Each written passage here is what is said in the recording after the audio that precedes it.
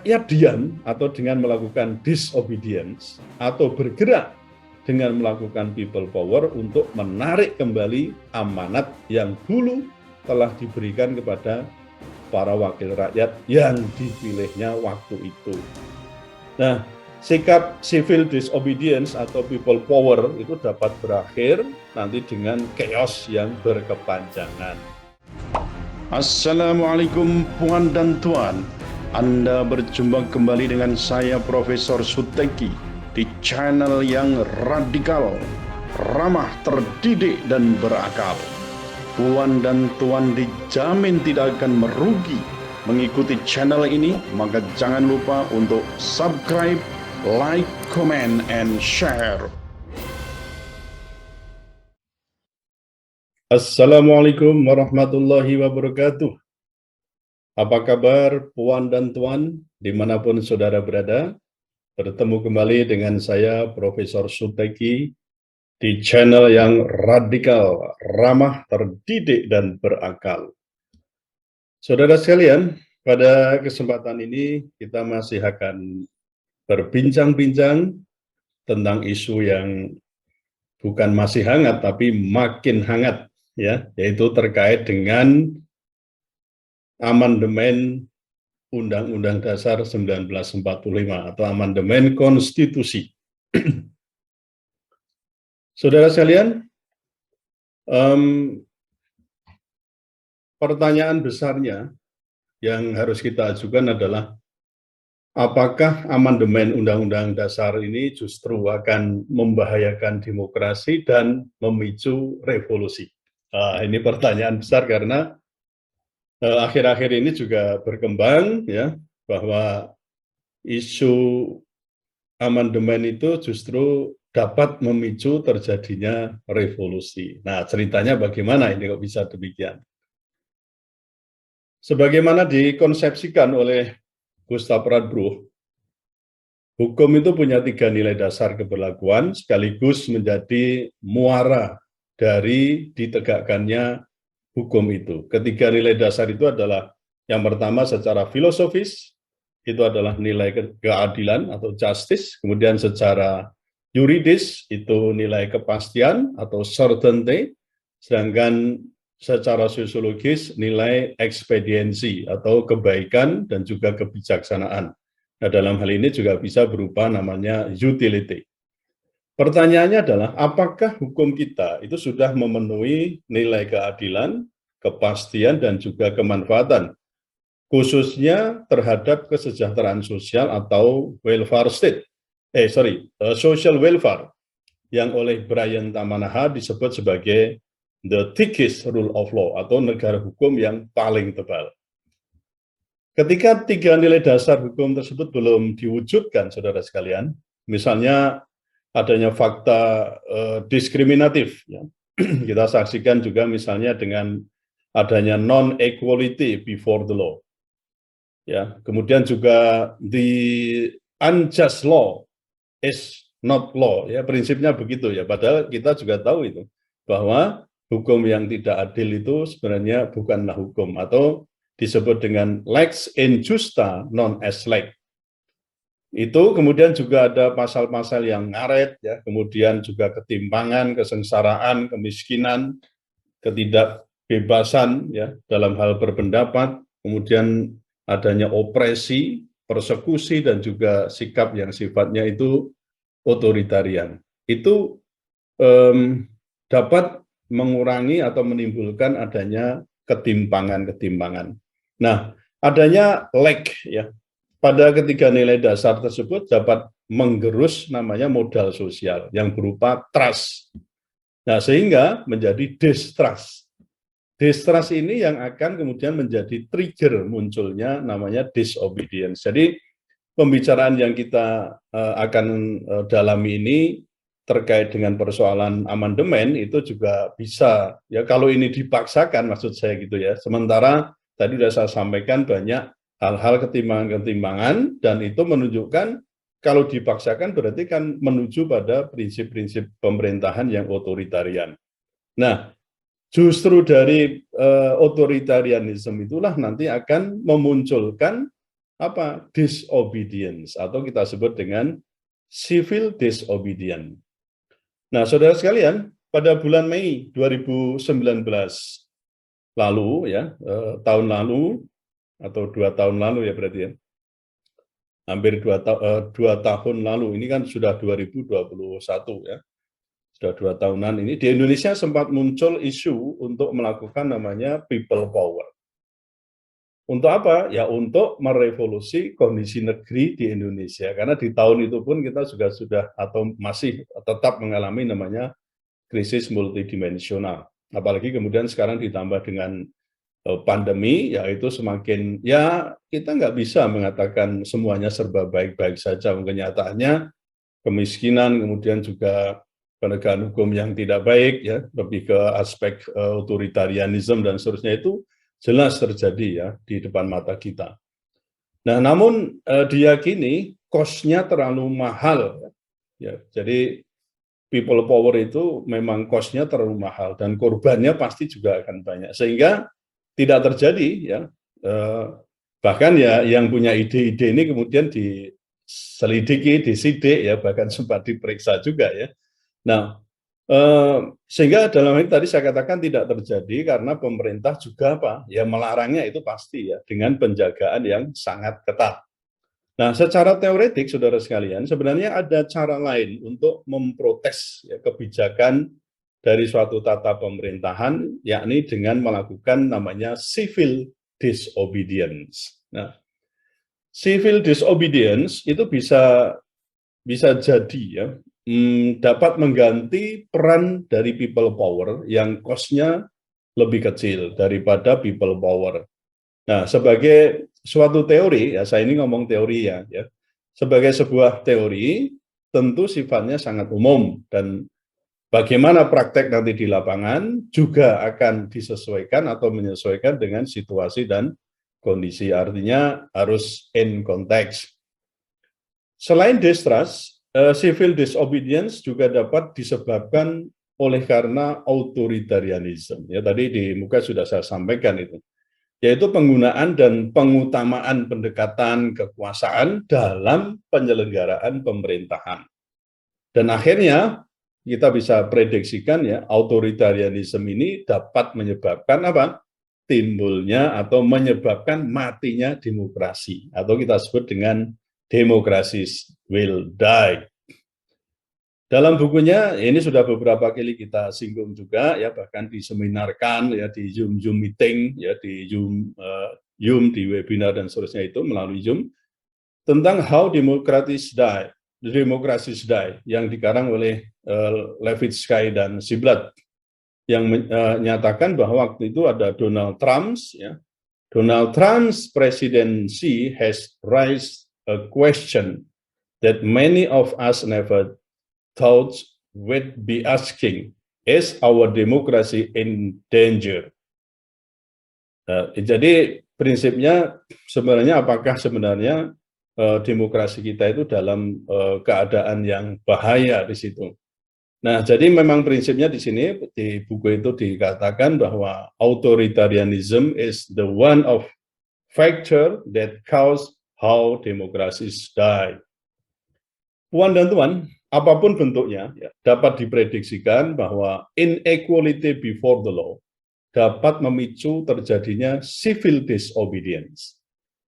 Nah, dalam hal ini, bila negara tidak ingin ada disobedience, maka pemerintahan harus berbuat, dalam hal ini pemerintah itu harus berbuat adil, serta tidak otoriter kepada rakyatnya. Dan diyakini sikap otoritarian ini selain membahayakan demokrasi, juga dapat menjadi sebab tadi munculnya disobedience. Ya, mungkin bisa dikatakan tidak secara langsung. Pemimpin yang otoriter itu memang ditakuti ya, oleh anak buahnya. Karena apa? Karena cenderung menggunakan tangan besi dalam menyelesaikan konflik yang dihadapinya. Puan dan tuan, karakter otoritarian ini dapat dijumpai di berbagai lingkaran kekuasaan, ya termasuk di lingkaran militer, ya. Nah, bila karakter otoritarian ini merembet ke lingkaran kekuasaan lainnya, bahkan masif terjadi, maka tidak menutup kemungkinan rakyat mengangkat sumpah untuk tidak taat lagi kepada pemerintahnya. Ini kan berbahaya, saudara sekalian. Ya. Nah, apa artinya kalau pemerintah itu tanpa dukungan rakyat? Ya, atau taruhlah misalnya ada 50% rakyat itu tidak mendukungnya, lalu apa artinya gitu ya? Di situ berarti terjadi pembangkangan, maka dapat diprediksikan pemerintah ini akan kolaps.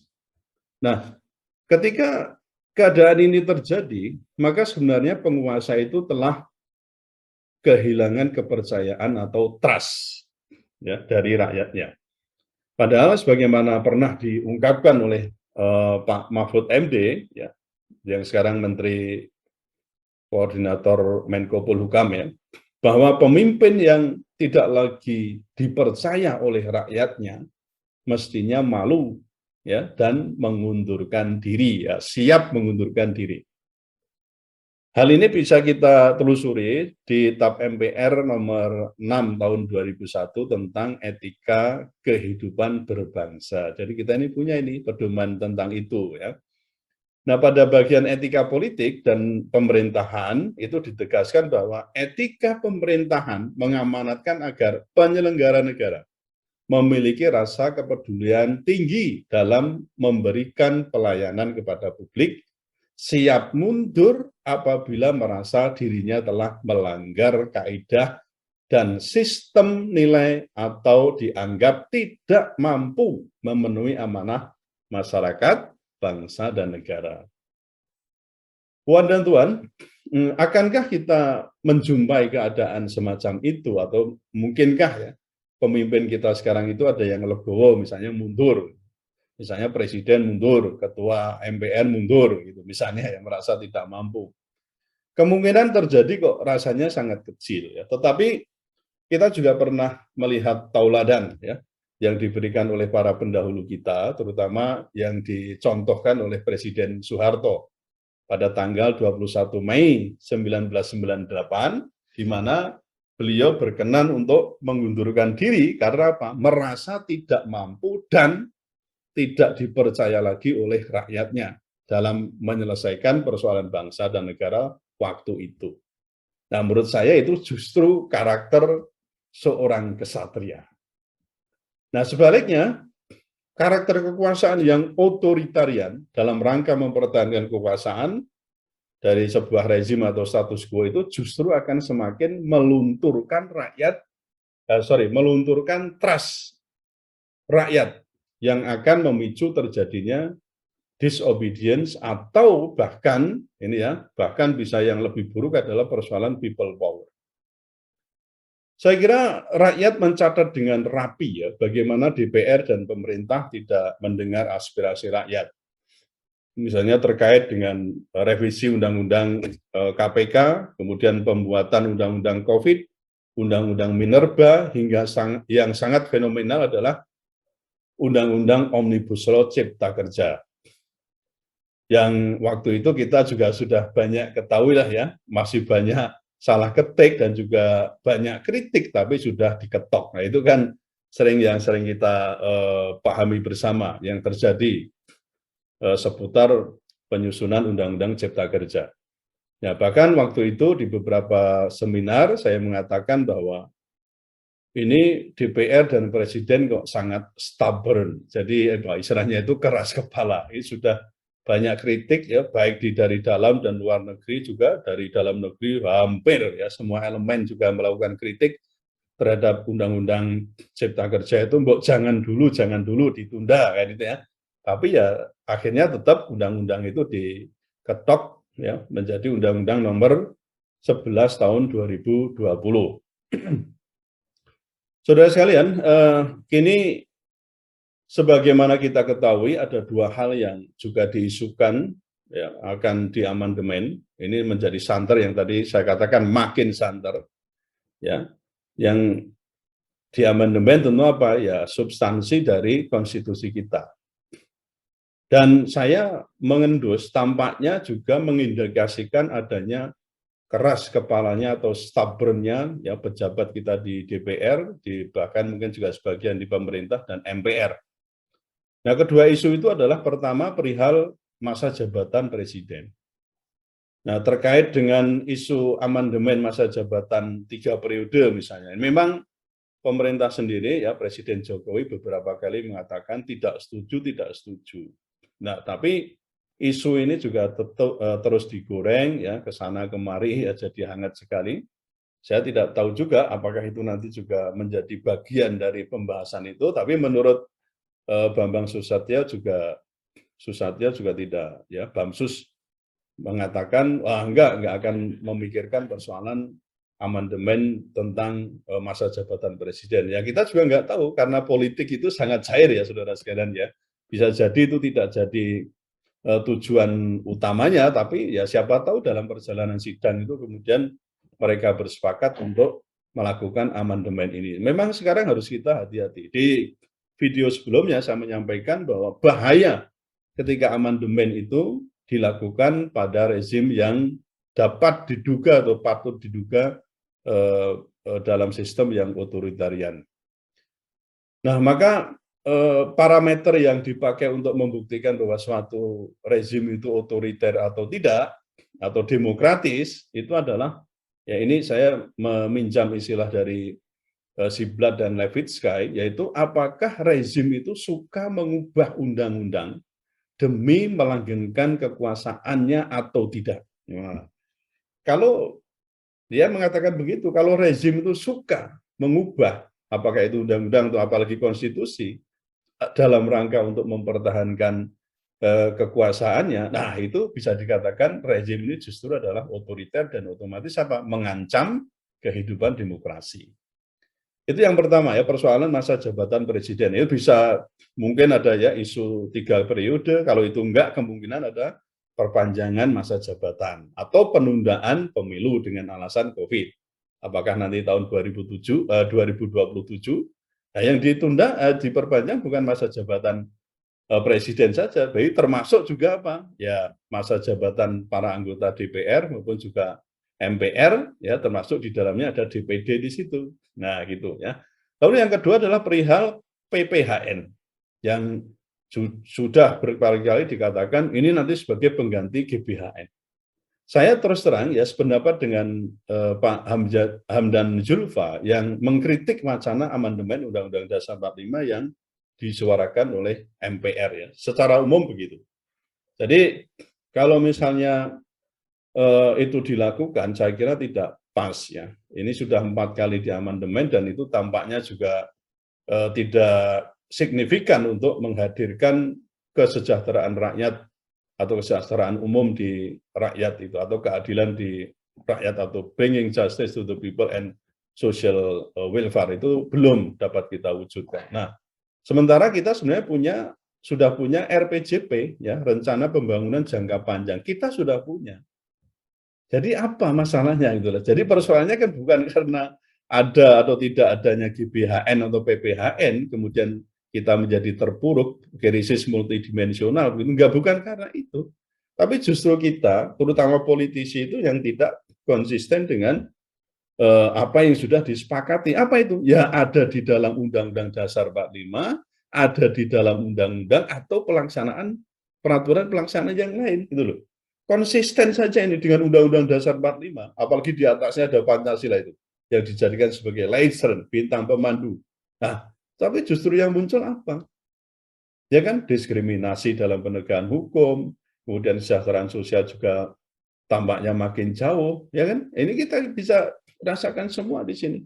Lalu apa ya fungsi dari Pancasila dalam pembangunan di Indonesia ini? Nah, menurut saya jika DPR, MPR, dan Presiden itu nekat yang melakukan amandemen yang tidak ada urgensinya, maka jangan disalahkan jika rakyat membalasnya dengan civil disobedience. Bahkan saya membaca artikel yang ditulis oleh Tarmizi Yusuf itu memperkirakan lebih dari civil disobedience. Di akhir artikel yang berjudul Amandemen kelima Undang-Undang Dasar 1945 berpotensi memicu revolusi itu tertanggal 3 September tahun 2021 kemarin itu dia menyatakan di tengah-tengah krisis kepercayaan terhadap MPR, DPR, dan Presiden dan partai politik bisa memantik revolusi bila amandemen kelima Undang-Undang Dasar 45 dipaksakan tanpa mau mendengar suara rakyat. Rakyat sebenarnya sudah muak dengan kondisi negara saat ini. Nah, suara-suara penolakan itu dia katakan oleh Saudara Yusuf ini, ya, suara-suara penolakan terhadap amandemen kelima Undang-Undang Dasar 1945 semakin bergaung kencang. Selentingan seruan people power mulai terdengar di sosial media. Ini kalau kita perhatikan, Puan dan Tuan, saya kira kan ini cukup ya mengkhawatirkan kita. Kita tidak ingin ya terjadi people power macam itu, seperti misalnya harus terjadi peristiwa di tahun 98 itu. Saya kira itu mestinya tidak penting ya, tidak perlu maksudnya. Maka dalam hal ini, saudara sekalian, semua pihak harus berpikir ulang ya untuk dipaksakannya amandemen kelima bila tidak ingin negara demokratis ini berubah menjadi diktator otoritarian yang seolah konstitusional. Ya, kita sudah dapati fakta, sudahlah penegakan hukum buruk ya terkait dengan ada kasus HRS, ada kasus Munarman yang sampai sekarang juga belum jelas itu. Kemudian ada kasus 6 anggota Laskar FPI yang mengalami extrajudicial killing. Ada penangkapan, penahanan, sampai pemeriksaan terhadap aktivis kami, yaitu terkait dengan kebebasan berpendapat, berkumpul, dan seterusnya.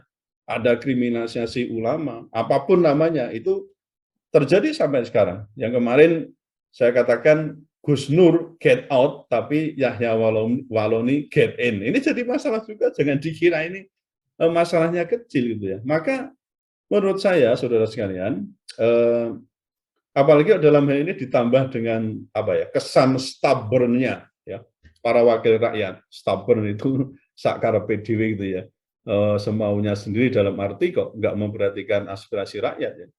Dalam hal ini siapa ya, DPR, MPR, dan Presiden. Maka apakah tidak mungkin kekhawatiran yang tadi saya sampaikan itu terbukti? Nah, rakyat diam atau dengan melakukan disobedience atau bergerak dengan melakukan people power untuk menarik kembali amanat yang dulu telah diberikan kepada para wakil rakyat yang dipilihnya waktu itu.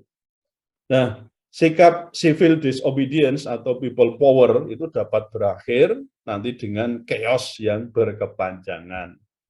Jika demikian, maka bisa diprediksikan demokrasi kita dalam keadaan bahaya. Puan dan Tuan, tentu kita tidak ingin hal ini terjadi. Oleh karena itu, kita harus bareng-bareng ya membenahi apa yang terjadi di negeri kita sekarang ini. Menurut saya jangan ya memaksakan melakukan amandemen konstitusi atau Undang-Undang Dasar 1945 ketika dalam keadaan seperti sekarang ini. Karena berbahaya ya kalau nanti rakyat juga bergerak dan semaunya sendiri ya melakukan istilahnya apa itu justice, street justice atau apa. Wah, itu saya kira sangat berbahaya untuk kerukunan hidup bangsa kita dan pasti membuat kita akan lebih terpuruk. Saya kira Ketua MPR saya kira juga harus memahami apa yang bergejolak di rakyat ini.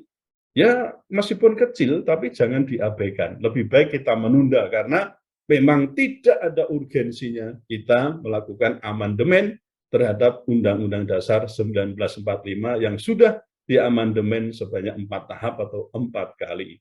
Saya kira demikian, semoga yang sedikit ini bisa membuat kita lebih cerah ya dalam memandang masa depan kita, ya tidak selalu terpuruk dan kita harus sadar bahwa apa yang tidak urgent jangan kita laksanakan dan jangan dipaksakan. Tetaplah radikal, ramah, terdidik, dan berakal. Wassalamualaikum warahmatullahi wabarakatuh.